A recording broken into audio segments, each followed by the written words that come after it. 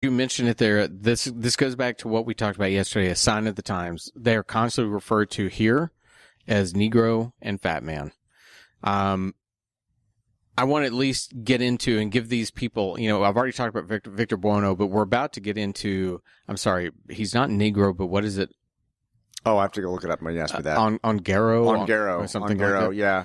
Which I wonder if that's not a weird bastardization of the term Negro. If you start Possibly looking, it Ongaro, yeah, it has a lot of the letters in it. I mean, that's his IMDb credit as opposed to Negro, which is what's in the script. But to your point, at 51 seconds into this minute, 50 seconds is when he begins to walk down the stairs. Right. So basically, we get the bravado of Brent standing up, saying, "I don't know her," in my opinion, trying to protect her, and they sense, in my opinion, that he's full of shit, and our Ongaro walks down the steps to come in, albeit, what is his talent? You said that each of them had... Oh, yeah, let me go back to it. I didn't mention him. I'll tell you what his talent is. It says... I think we'll find out pretty soon. Well, we're about to find out, yeah. Oh, I guess it is this minute. A magnificent Negro clad in white. Wait, where is it? Sorry, there it is. Da-da-da-da-da. Well, now I can't find it. You tell us about the actor? I'll find that moment. So I at least want to throw out that this is Don Pedro Coley.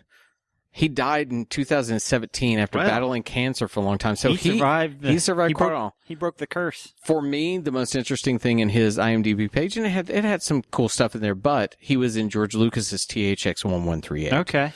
So he was originally credited as Negro, and as we said, Victor Buono was originally credited as Fat Man. This appears to be usage that Dane used throughout the script and subsequent Ape scripts as well. At that time, Fat Man, Negro was not meant as a slight. So you have to understand the times to understand what they meant. However, Coley was very taken aback by this, and that's why, at least as much as I could find, that it has permeated throughout the ape culture since then, that they've changed away from Negro. However, even on Amazon's library thing that I own, that in the end credits, it still says Fat Man and Negro. They've never changed those end credits. The last thing I'm going to throw out, to at least defend Dane for his writing of the script and putting these in, he is the person that built into the script for Escape that at some point someone mentioned that Dodge had been put on display for his unusually dark skin, which was not seen of most of the savages. So at least he finally acknowledged it. Movie, yeah. However, that was cut before production. So Dane didn't have this in him this was not meant offensive. We have to be fair to the times. It's much like, in my opinion, the Me Too right now, where it's what we just saw happen with James Gunn. Is that his name? Where, something he did years and years ago, it's how can we judge against that when the times have changed so drastically? So Dane didn't do anything to offend anybody. It just is very offensive now when you listen to it. So here it is. The Negro asks no questions at all. He is there merely to induce pain. That is his role. Yeah, he does according some to the script. Very strange pain acting of standing and crossing his arms and. Thank you. I thought the same thing. For instance, because okay, so that's where I first noticed where is his crescendo of the moment from the I'm protecting Nova to this to that to when pain comes. There's no crumbling to the moment. Usually, the bravado is you stand up with your barrel chest out to crumble to your knees. Instead, he kind of just puts his arms together like a pretty little girl and kind of goes, "Look at the daisies." Like he's got to go pee-pee. Well, that was it. We specifically had the hands in his head moment when he was feeling insane, referencing that moment. This feels like would have been a much more appropriate place to put that movement. Yeah. So, Ongaro walks down the stairs, gets near the bottom of the stairs, but not quite. He kind of closes his eyes and nods his head. It's very, very intentional closing his eyes. And Brent then, at the end of this minute, starts to kind of writhe a little bit in pain. And he just kind of awkwardly crosses his arms. And I was like, okay. I don't know if he has gas or if it's mental pain, because it really, what you want to see, I would think, in a telepathic thing, we aren't accustomed to that. We don't have that really. I want to see him almost convulsing in pain. It's just too severe, and that's why he breaks and starts to talk. Yeah, but instead he just kind of does a little twist.